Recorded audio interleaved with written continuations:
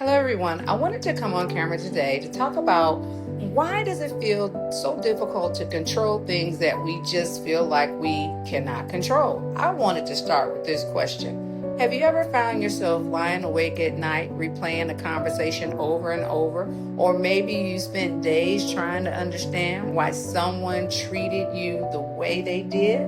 Perhaps you wish you could change the past, predict the future, or control someone else's decisions.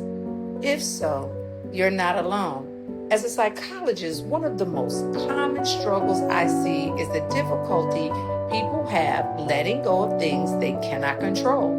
And while many people believe this is simply overthinking, it's actually much more than that. It's the brain doing exactly what it was designed to do.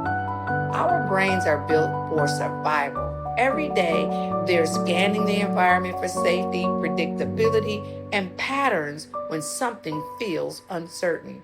Whether it's a relationship, a health concern, financial stress, or an unexpected life event, the brain interprets that uncertainty as a potential threat. The amygdala, which serves as the brain's alarm system, becomes activated. It releases stress hormones like cortisol and adrenaline, preparing the body to respond to danger. The challenge is that the brain doesn't always distinguish between a physical threat and an emotional one. To your brain, uncertainty itself can feel dangerous. At the same time, the prefrontal cortex, the part of the brain responsible for logical thinking, planning, and sound decision making, becomes less efficient when we're under prolonged stress. That's why it's so difficult to simply tell yourself to move on. The emotional part of the brain is working overtime while the logical part struggles to regain control.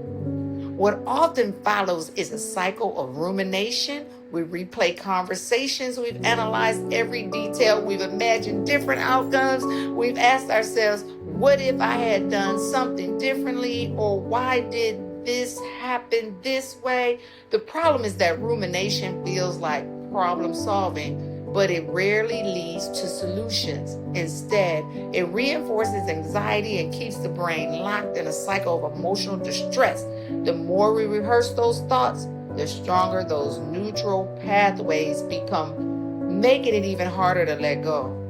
The encouraging news is that our brains are capable of change through neuroplasticity. The brain can develop healthier patterns of thinking and responding.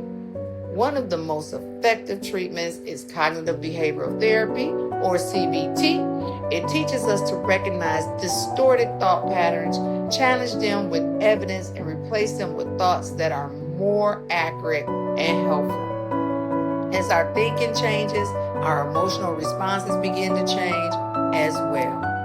Mindfulness is another evidence-based intervention that I frequently recommend. Mindfulness isn't about clearing your mind or pretending problems don't exist.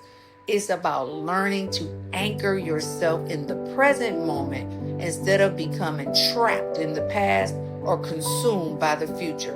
Research has shown that mindfulness can decrease activity in the amygdala while strengthening the neural pathways involved in emotional regulation and decision making. I also encourage my patients to ask themselves one simple but powerful question: is this within my control? If the answer is yes, then take intentional action. If the answer is no, then your energy is better spent learning acceptance than fighting reality. Acceptance is often misunderstood. It doesn't mean you agree with what happened, approve of it, or even like it. It simply means you're no longer allowing something you cannot change to continue controlling your emotional well-being. One of the greatest signs of emotional maturity is recognizing the difference between what deserves your effort and what deserves your release. I like to leave you with this thought.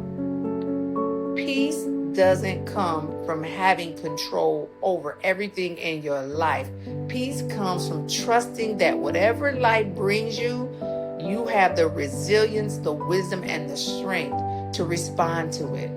When we stop trying to control every outcome, we create space for healing, we create space for growth, and most importantly, we reclaim the emotional energy needed to fully live the life that's in front of us. Thank you for this time. I hope this was helpful. I'm Dr. Jacqueline Jones McKinney, a medical psychologist.